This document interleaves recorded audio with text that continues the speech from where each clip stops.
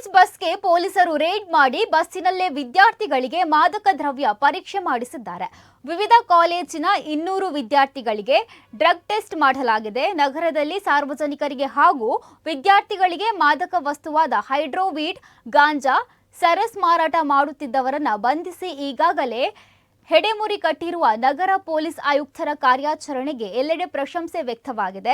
ಮುಂದುವರಿದ ಕಾರ್ಯಾಚರಣೆಯ ಭಾಗವಾಗಿ ಇದೀಗ ಮಾದಕ ವಸ್ತುಗಳನ್ನು ಸೇವಿಸುತ್ತಿರುವ ವಿವಿಧ ಕಾಲೇಜುಗಳಲ್ಲಿ ಕಲಿಯುತ್ತಿರುವ ಕೇರಳದ ವಿದ್ಯಾರ್ಥಿಗಳ ಮೇಲೆ ಅಚ್ಚರಿಯ ಮಾದಕ ವಸ್ತು ಪರೀಕ್ಷೆಯನ್ನು ನಡೆಸಲಾಗಿದೆ.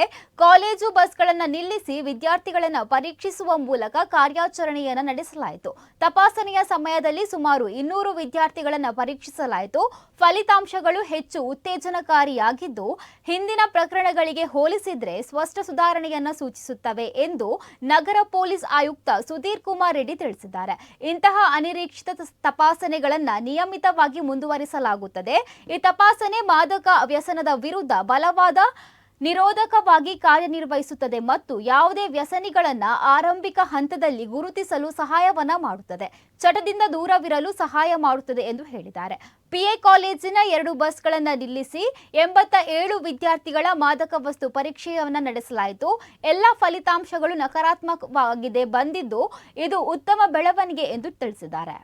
ವೇದವರ್ಧನ ತೀರ್ಥ ಸ್ವಾಮೀಜಿಯವರ ಪರ್ಯಾಯ ಮಹೋತ್ಸವದ ಈ ಕಾರ್ಯಕ್ರಮ ಅತ್ಯಂತ ಅದ್ದೂರಿಯಿಂದ ಸಜ್ಜುಗೊಳ್ತಾ ಇದೆ.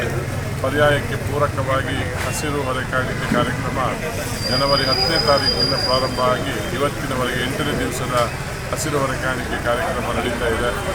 ಕಳೆದ 8 ದಿವಸಗಳಿಂದ ಬಹಳ ಅದ್ದೂರಿಯಿಂದ ಹಸಿರು ಹೊರೆಕಾಣಿಕೆ ಸಮರ್ಪಣೆ ನಡೆದಿದೆ.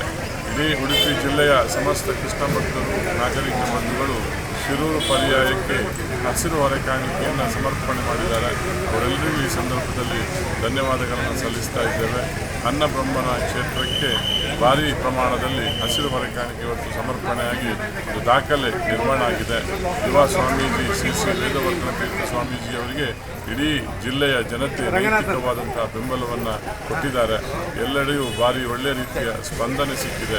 ದಕ್ಷಿಣ ಕನ್ನಡ ಜಿಲ್ಲೆ, ಉಡುಪಿ ಜಿಲ್ಲೆ, ಅದರ ಜೊತೆಗೆ ರಾಯಚೂರು, ಧಾರವಾಡ, ಮೈಸೂರು, ಬೆಂಗಳೂರು ಕಡೆಗಳಿಂದಲೂ ಬಹಳ ಹಸಿರು ಹೊರೆಕಾಣಿಕೆ ಮಹಾಪೂರ ಹರಿದು ಬಂದಿದೆ.